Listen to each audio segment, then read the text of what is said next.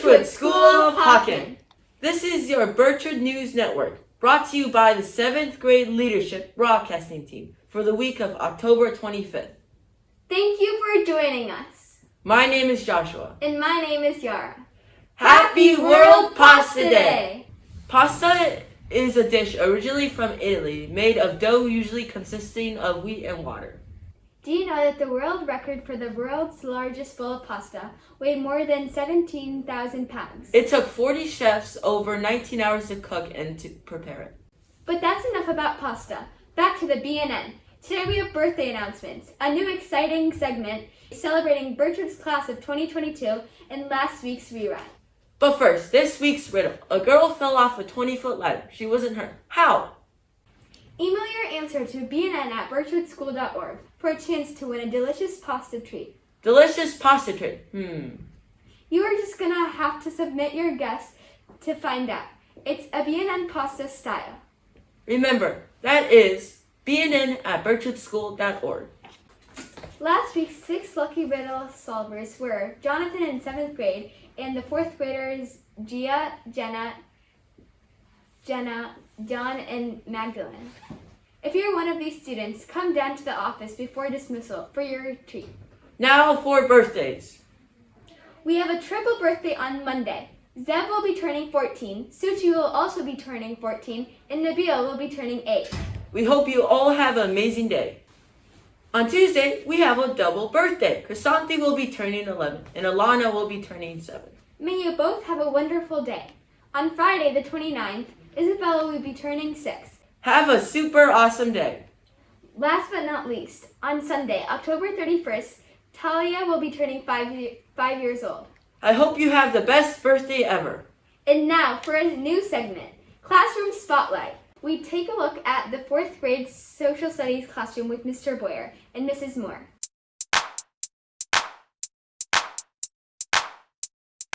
Welcome to 4th grade social studies class. What we've been learning about is prehistoric people of Ohio. We've been learning about paleo people, archaic people, and the woodland culture people. So the 4th graders were able to experience some of the games and activities and to show them what life would be like in that period. Okay, so Flintknapping, you're taking a big piece of flint, which is found all over Ohio, or a piece of obsidian, which is something that Native Americans would have had to trade for. You're taking a traditional tool like this, which is an elk antler, or something modern like this called a copper bobber, and a hand pad, and you would put the piece on your knee, and what you're doing is sharpening the rock and breaking off flakes to create something that looks like this. So this would be an obsidian point, this would be a flint point. So women from this time period would play a game called double ball. So it would be 2 balls tethered together, and they would use sticks to take the double ball and toss it back and forth, try to scoop it up, and essentially throw it towards a goal to score points. Men would play a game called the Creator's Game. And what we know today as lacrosse was developed in what is now present-day Canada, and it moved southward into America.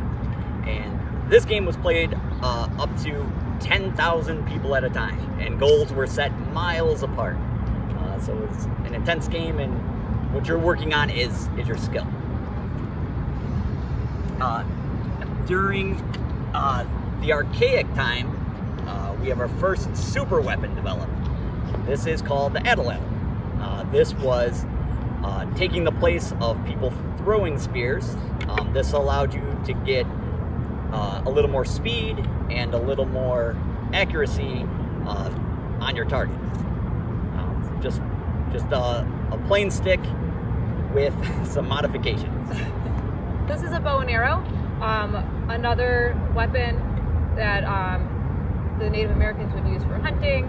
So that would be after the atlatl. After the atlatl time. The last game 4th graders tried was a game called Chunky, which is a small stone that's about this size, and it would be rolled across a great field. Warriors would be there with their spears at the ready, and they would throw before the chunky stone stopped. And the person closest to the chunky stone would be the victor. All right, let's have a look at how the fourth graders did.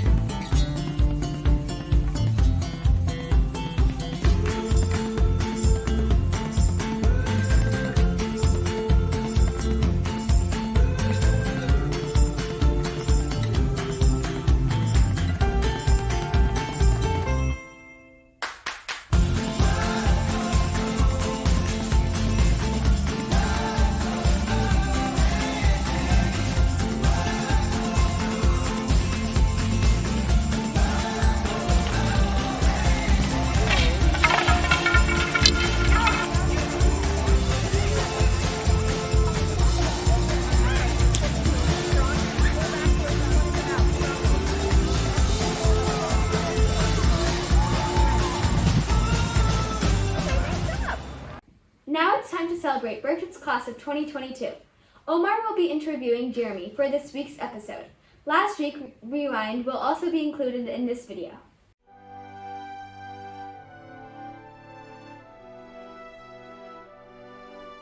Hi everyone, I'm here with Jeremy. Hi Jeremy. Hello.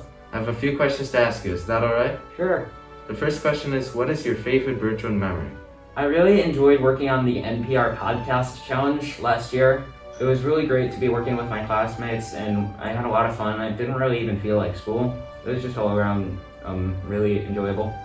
That was fun. The second question is, what advice would you give to the 5th through 7th grade Birchwood students? I would say whenever you find an opportunity, don't be afraid to try it, because even if you fail, that will just improve your chances, because if you try your best, you will improve, and then you could do better next time and succeed. That's good advice. Would you like to share with us any academic, personal, or extracurricular achievements? This was quite a while back, but I do remember during my 6th grade, my partner and I had placed first in our event in Science Olympiad. I couldn't even be at the reward ceremony, but I felt very proud when we finished, and I was just so happy when I realized we had gotten first on the final Science Olympiad meet that year. Great job! What do you like to do in your free time? Well, I like to play tennis if I can, and then I also like to play video games and make electronic generated music, like digital. Cool. Can we hear some of your music? Sure.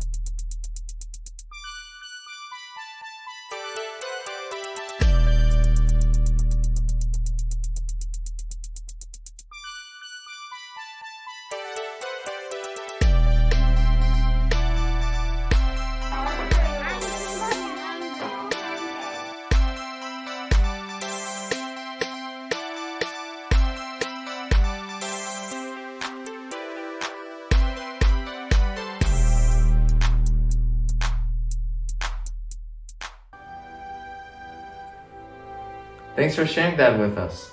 Thanks for joining us, and thanks for watching. Now back to the BNN. Here are some dates to remember. Friday, October 29th is a reading day. Dismissal will be at noon. And now, the moment you've all been waiting for. Bloopers! Joshua. Oh. Joshua, go. Let's go, Joshua. And now, the moment you've all been waiting for. Joshua. Joshua. Sorry. Thanks for watching and have a great week.